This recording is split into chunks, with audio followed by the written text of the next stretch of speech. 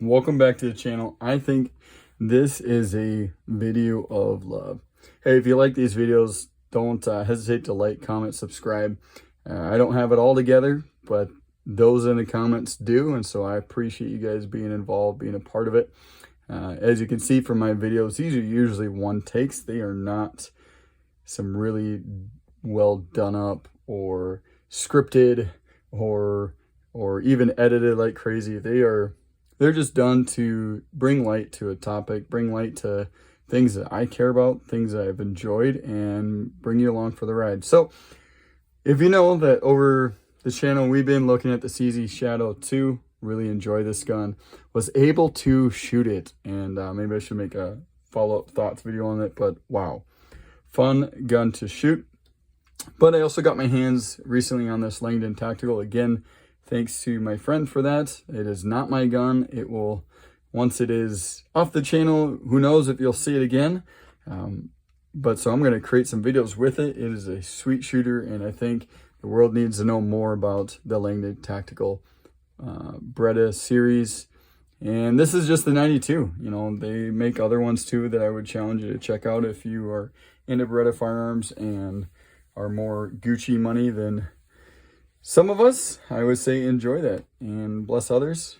So nonetheless, this is a comparison video, I would say, between these two kind of upper grades of firearms that are available. So you do have the CZ75 variants, and you do have the Beretta 92Gs and FS and all those other versions.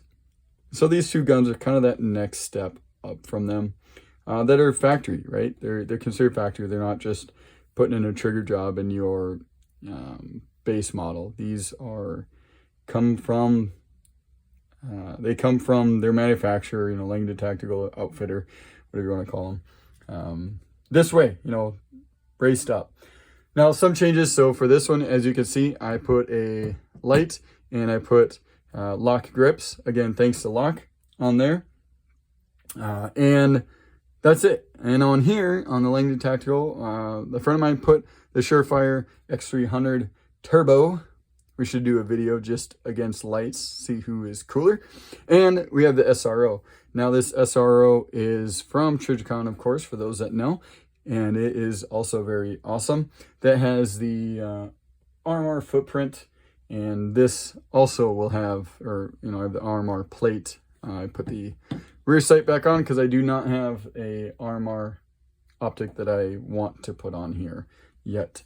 So this is now back to just iron sights, and it is awesome to shoot with iron sights. Do I need to put the RMR on there? Probably not. That thing is a tack driver the way it is. So let's get into the video and take a look at it. So again, two different guns from two different manufacturers, and then one outfitter being Langdon Tactical doing his touches on it. And the things that make them the same, they are both 9mm. They both take a double stack magazine. They're both considered full size in their category. They're both all metal. They both can carry an optic and a light, as you can see. They both are kind of built on that classic design of single action, double action. And from there, they have their own kind of flavors. So if you didn't watch any of the other videos, single action, double action, again, single action, you're going to have the hammer back and you can fire that way.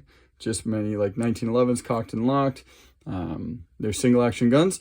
But if you didn't want to, and this one does not have a decocker, so you have to do the crazy unsafe thing of pulling the trigger and riding the hammer back, is that if you want a double action, you're going to go ahead and grip the gun, point in a safe direction, and you're going to fire that trigger. Now, it's consistent pull all the way back. You got half cock, right there, which means it just pulls the hammer back, and then you go all the way back. Couple kind of interesting things is, you see how there is nothing there to rotate, nothing there to block. I don't have my, I wish I had one of my other firearms out, but this one, so this has, well, that I can show it better on this one because there's an optic on that one. This one has a firing pin block, and it comes up right at the end.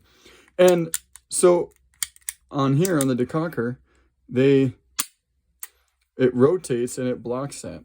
So you have a decocker that blocks it, and then you can half stop. But there's nothing that rotates or blocks or anything on this firing pin. Some people say this is not a safe gun to carry with the hammer forward. To each his own, you do you. And that's because of that. And again, this one will have that rotation too. It's kind of hard to show it, but as you can see, oh no, I can do it with holding the hammer back.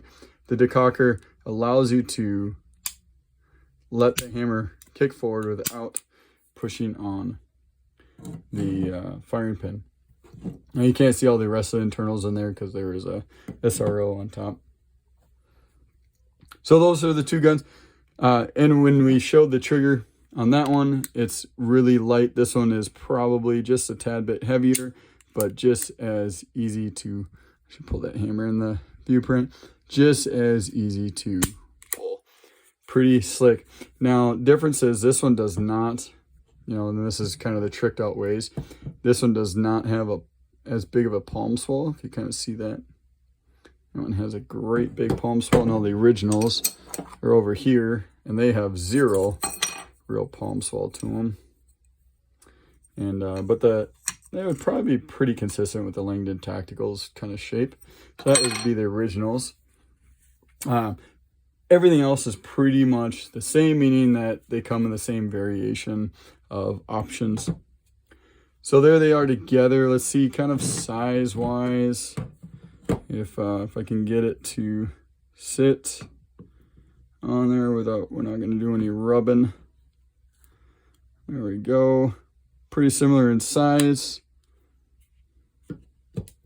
Now with both these guns, you got to find the right holsters. In fact, if you guys have this gun, if you have the Langdon 92G Elite with a Surefire X300 and the RMR or some version of that, can you put in the comments what holsters you're buying? Because a dear friend of mine is trying to look for holsters for that gun, and I would just ask that you help him out. For helping out the channel, would you help him out? If you have this gun or know exactly what holster would fit, from, I don't know, G-Codes, Farland, if you're running a T-Rex, whatever you're running for a concealable holster, can you please put in the comments? But yeah, so those are kind of the two variations of kind of the Cadillac grade guns of their world. It's kind of a video of rambling, but I really wanted to put these guns together. And I wanted these guns to be something that I could enjoy next to each other, and I wanted to bring you guys along for the ride. Yeah, comments, questions, put them in the comment section below. Otherwise, make sure you like, comment on the video so then that they stay getting created and getting popped up. And just know that I do appreciate you guys watching them, be involved in the channel.